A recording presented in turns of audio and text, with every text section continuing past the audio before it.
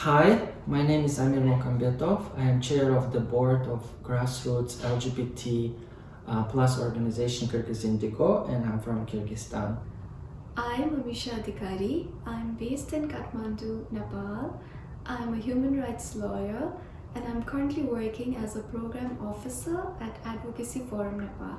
Hello everyone, my name is Andrea Toc. I come from Guatemala. I work as the Director of Impact and Learning for the Women's Justice Initiative.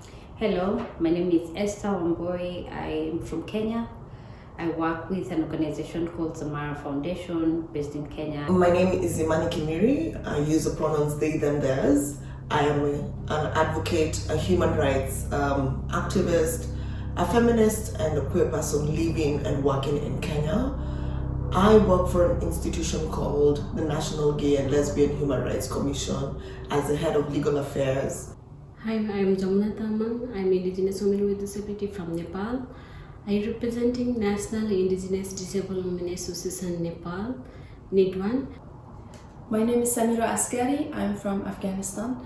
I work for an American-based NGO, Equality League, as a consultant and project coordinator.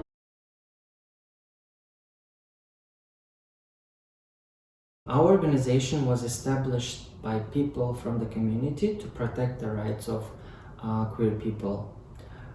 So we do a complex of work like community organizing, capacity building, and advocacy. In terms of advocacy, we confront discriminatory laws and propose anti-discrimination law. We expect that anti-discrimination law, which include sexual orientation and gender identity, will protect the rights of LGBT plus people in the future. Advocacy Forum Nepal is one of the leading human rights organizations in Nepal, which works to uphold rule of law, accountability, and combat impunity.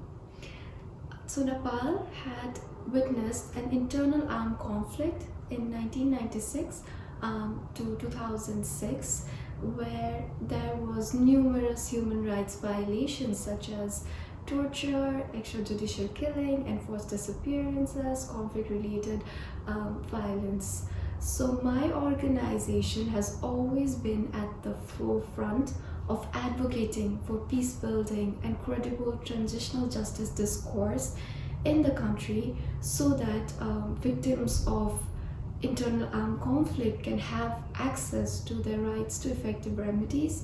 The Women's Justice Initiative, a grassroots community-based organization working with Indigenous women in the Central Highlands of Guatemala.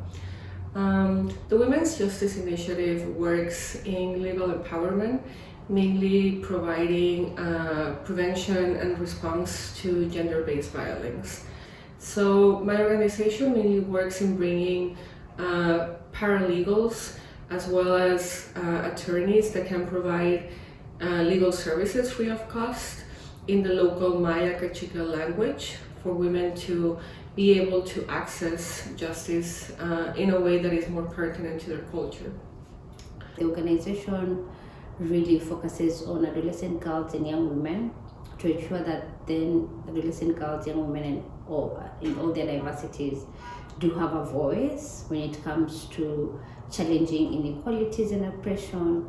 They also have a choice when it comes to their access to the right to bodily autonomy and integrity, and also agency when it comes to influencing policies at the community level, national level, and global level.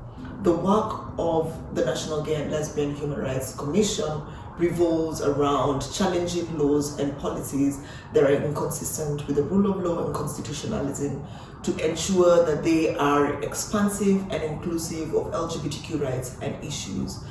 We do that through a couple of programs to ensure that our mandate is met. Such programs include provision of legal aid to people who have been discriminated because of their real or perceived sexual orientation, gender identity. NIDWAN has been working to unite young Indigenous women with disability to make a fair, just, and equitable society. NIDWAN has been advocating and enhancing its network within the national, regional, and at global level within the indigenous women's and person with disability movement. When it comes to the national context, we also working the other marginalized movement and the organizations. What we do, we advance and advocate for gender equality, inclusion, access to sport and safety for all women and girls through sport. I also work for International Olympic Committee as the youngest member, and by advocating for human rights through sport, in particular for female athletes, because human rights is part of the sport world, that the athletes' rights are also human rights.